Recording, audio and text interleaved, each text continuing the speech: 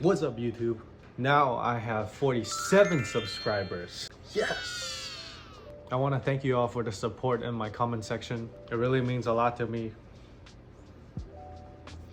And I hope you guys enjoy the journey, as I will soon step on stage after 10 to 12 weeks of cutting. I think that's about right. Right? Today I want to share with you guys how I usually train chest. For me personally, upper chest has been one of my biggest weaknesses. It's the hardest muscle group to fill in. So if you want to work these big titties, follow my workout and I'll show you how these are made. Let's get to it. So our first exercise is the dumbbell bench press. This is my main heavy movement for chest. I'm going for about 8 to 10 reps. The weight should be a bit heavy, but still something you can fully control. I always focus on mechanical tension here, slow and controlled reps, no bouncing, no rushing.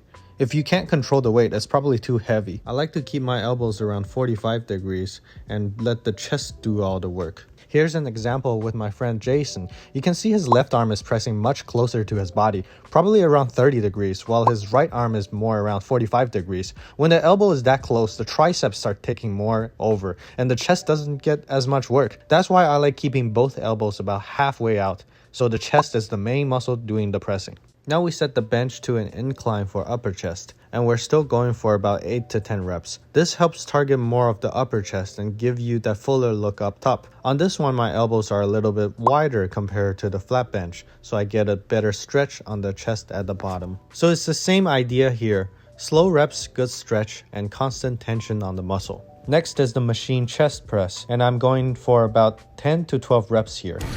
Since it's a machine, I can keep constant tension on the chest and really push close to failure safely. I control negative and squeeze at the top instead of just locking out. Next, we're doing dips, 3 sets of 10 to 12. At this point, chest is already very tired, so I'm using this more to warm up and pump the triceps for later. I keep my body pretty upright, so it stays more on triceps and less on the chest. Next is the rope tricep extensions, and I'm going for about 10 to 12 reps here. This is more of an isolation movement to really finish off the triceps after dips. Personally, I don't really control it that much, but I still believe a full range of motion is very necessary here. The last exercise is a narrow grip barbell bench. Remember earlier when I used Jason as a bad example?